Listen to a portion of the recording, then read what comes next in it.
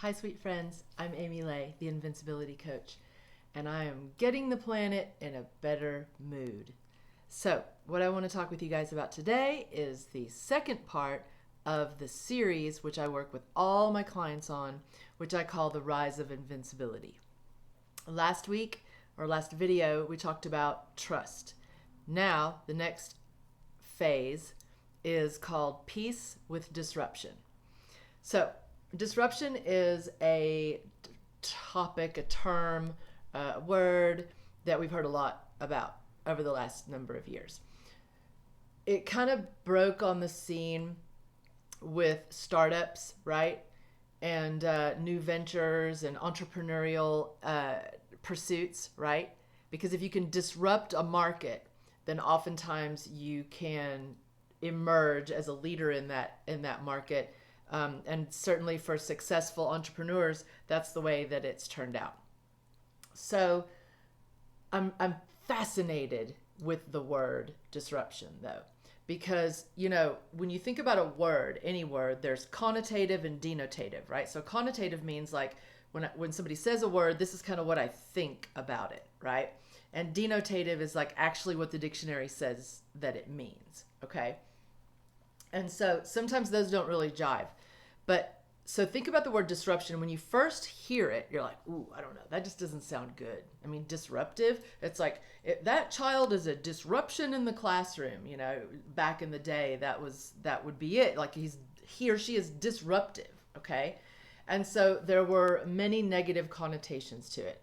And truly, if you're the leader in a field like in commerce, and then some schmo comes out of nowhere and disrupts the market, that's kind of negative for you. So I can see how people would think about it being negative, right? So what I'd like to do is to kind of like, if this were like an acid-base scale, I want to neutralize the word disruption. And I want to basically say that disrupting just means change. All it means is change. Now that we've taken the power out of the word disruption and morphed it a little bit, and we're just going to use the word change, okay? It's the same thing. If you go back to the classroom, experience where there's like orderly class and then there's one student who disrupts, right? Well, that changes the order of the class. So just go with me on this, right? Whenever you hear the word disrupt, just understand that it means change. Okay, now let's take it to the next level. Change. Oh, well, wait a minute. We already know that change takes place all the time. The weather changes, our moods change, the health of the street that we drive on changes, the leaves on trees change. Change happens all the time. Now let's go back to the beginning. Oh, that means disruption happens all the time. Now, let's think about it in terms of any time a change happens. Like, we might think that if there's a clean room and then somebody tears through and like leaves drawers open or like leaves a mess and then they walk out, that room has just been disrupted. Correct. Now, what if we've got a messy room and a person comes in and they fully clean it, totally spick and span? That room also has just been disrupted. Okay, I think I'm clear on that part of the message. But the topic, not only of this video, but the second phase of what I work with my clients on is called peace with disruption. So what I think that I've just illustrated is that disruption happens, right? It's no longer that scary word that's like, oh, how inconvenient. Well, yeah, if you consider that change that happens all the time is inconvenient, then you might interpret disruption as a constant inconvenience. Too bad for you, because this stuff happens all the time. Disruption happens all the time. Remember, it's just change. And change happens all the time. So I say, why not just accept this thing that is already happening around you, which is called change. There's change for the good. There's change for the not so good. And we are in control of a lot of that, so much more than we think we are. Okay? That's the deeper part of this.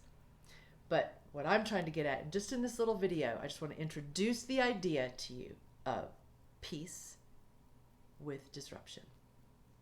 So, and all you have to do is just sit for a minute and let go, virtually, let go of all the things that you're holding on to that you're mad that they're changing because you don't feel like you have control over it.